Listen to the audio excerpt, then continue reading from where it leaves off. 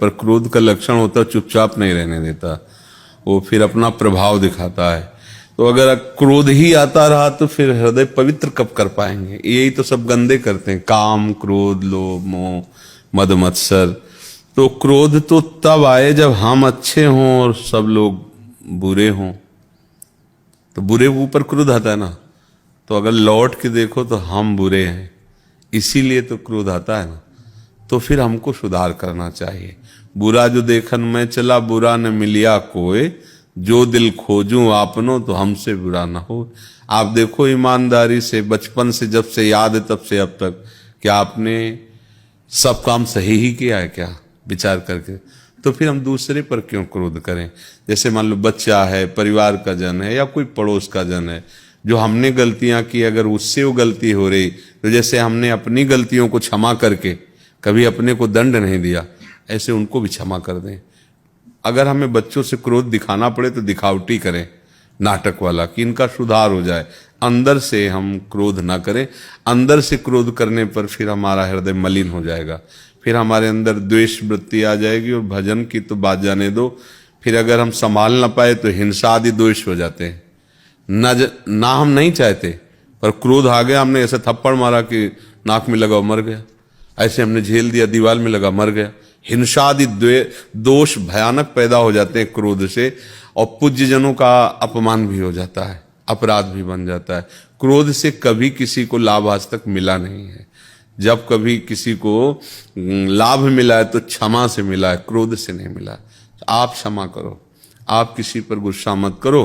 तो बोले अगर हम क्षमा करते रहेंगे तो बढ़ जाएगा और हमें सताएगा। नहीं, वो स्वतंत्र नहीं है, ईश्वर है ना, वो शासक है, वो सब पर शासन करता है। वो अपने आप ऐसी लाइन में पहुंच जाएगा, ठीक हो जाएगा। एक मुछ वाले ऐसे थे, बड़ी मुछ थी, तो एक बड़ा चंचल प्रकृति का नवयुवक था, वो उनकी बड़ी मजाक उड़ाता। वो बड़े बुद्धिमान थे, जहां वो निकलते था मुछाड़ा बैल से ऐसे, मतलब उसको गलत शब्दों में ऐसे, 2 रुपया दिया, कुछ खा लेना। ये तो अच्छी बात है, विरोध नहीं किया उसने। एक दिन किसी फोर्स का आदमी मुझसे रखा है, वहां से जा रहा तो बस उसे वैसे 4-6, अगली बार वो निकला 2 रुपया देते, कुछ नहीं बोला। वो ईश्वर भेज देगा, वो तो तुम चुप रहो। क्योंकि तुम अपनी वृत्ति क्यों बिगाड़ोगे? तुम परमार्थ में चलना चाहते हो, उसको ऐसा मिल जाएगा कि वो उसके पुरिखा भी तृप्त हो जाएंगे। ये एक से एक देखो, अगर ऐसा ना हो तो जो संसार को मिटाना चाहते हैं वो लोग मिटा देना संसार को। कहाँ मिटा पाते हैं?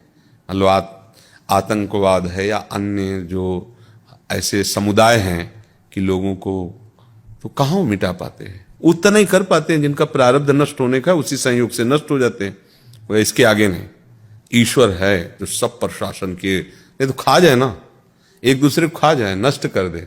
उतना ही जिसका प्रारब्ध है, जहां प्रारब्ध, देखो हजारों हिरन घूम रहा है, लेकिन जिस हिरन का भोजन निश्चित हो गया है शेर को, उसकी दृष्टि उसी पर जाएगी और वो हजारों को छोड़कर उसी के पीछे भागेगा, केवल उसी को, दूसरे को खरोच भी नहीं मार सकता।